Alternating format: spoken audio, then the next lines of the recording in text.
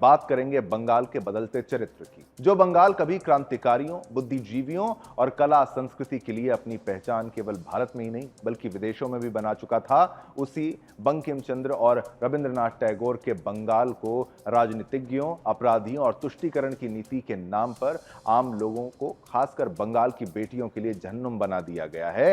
तो करप्ट, नीच और बलात्कारियों के लिए यह जन्नत है। बलात्कारियों को मिल रहे राजनीतिक संरक्षण के कारण बंगाल बेटियों के लिए नर्क बन चुका है। 9 अगस्त को आरजीकर अस्पताल में डॉक्टर बेटी के साथ हुए जघन्य अपराध के बाद पूरा बंगाल जल रहा है। समाज का हर तबका सड़कों पर विरोध कर रहा है, लेकिन सरकार के संरक्षण में पल रहे बलात्कारियों को कोई फर्क नहीं पड़ रहा। उनकी गिनती जारी है, एक के बाद एक घटनाएं होती जा रही हैं और ममता बनर्जी अपने पुलिस प्रशासन को दुरुस्त करने की बजाय राजनीति करने में जुटी है। खुद के खिलाफ धरना दे रही, मार्च निकाल रही हैं, मजबूत कानून के लिए बात भी कर रही हैं, लेकिन क्या सरकार के साथ अपराधियों के नेक्सस को तोड़े बिना इसे अमल में लाया जा सकता है? देखिए हमारी ये खास रिपोर्ट और मामले की गंभीरता को जरूर समझिएगा।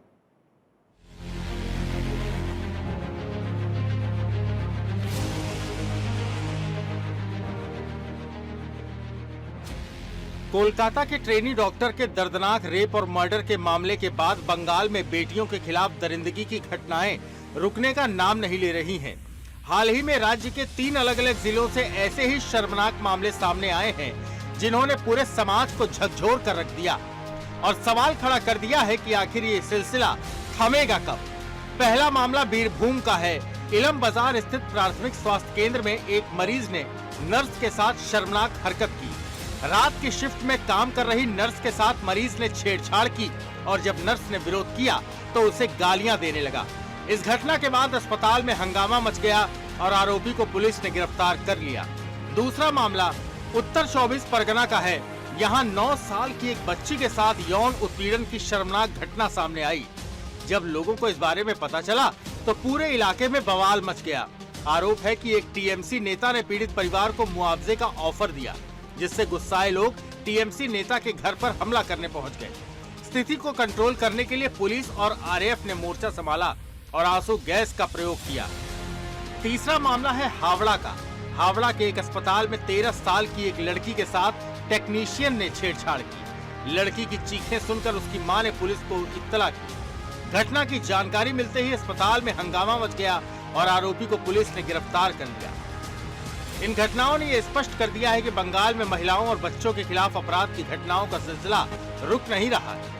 हर घटना के बाद लोगों का गुस्सा और आक्रोश बढ़ता जा रहा है और इस बात की मांग जोर पकड़ रही है कि अपराधियों को कड़ी से कड़ी सजा दी जाए। लेकिन सवाल यह है कि समाज कब जागेगा और कब तक बेटियों को इस तरह की दरिंदगी का सामना करना पड़ेगा।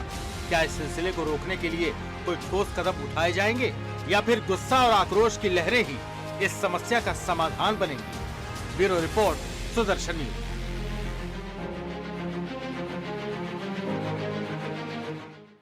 चलिए, पश्चिम बंगाल की हमने बात तो की आपके साथ और हमने इस मुद्दे को बार बार उठाया भी, और हर बार मैंने तो खासतौर पर यह कहा कि भाई कहीं पर भी महिलाओं के साथ रेप, बलात्कार, अत्याचार होता है, उसको उसी तरीके से उसका विरोध प्रदर्शन करना आवश्यक है। कहीं पर भी ये स्वीकार्य नहीं है। किसी भी पार्टी के राज में कहीं पर भी ऐसा होता है, सुदर्शन न्यूज तो प्रमुखता से आवाज उठाता है।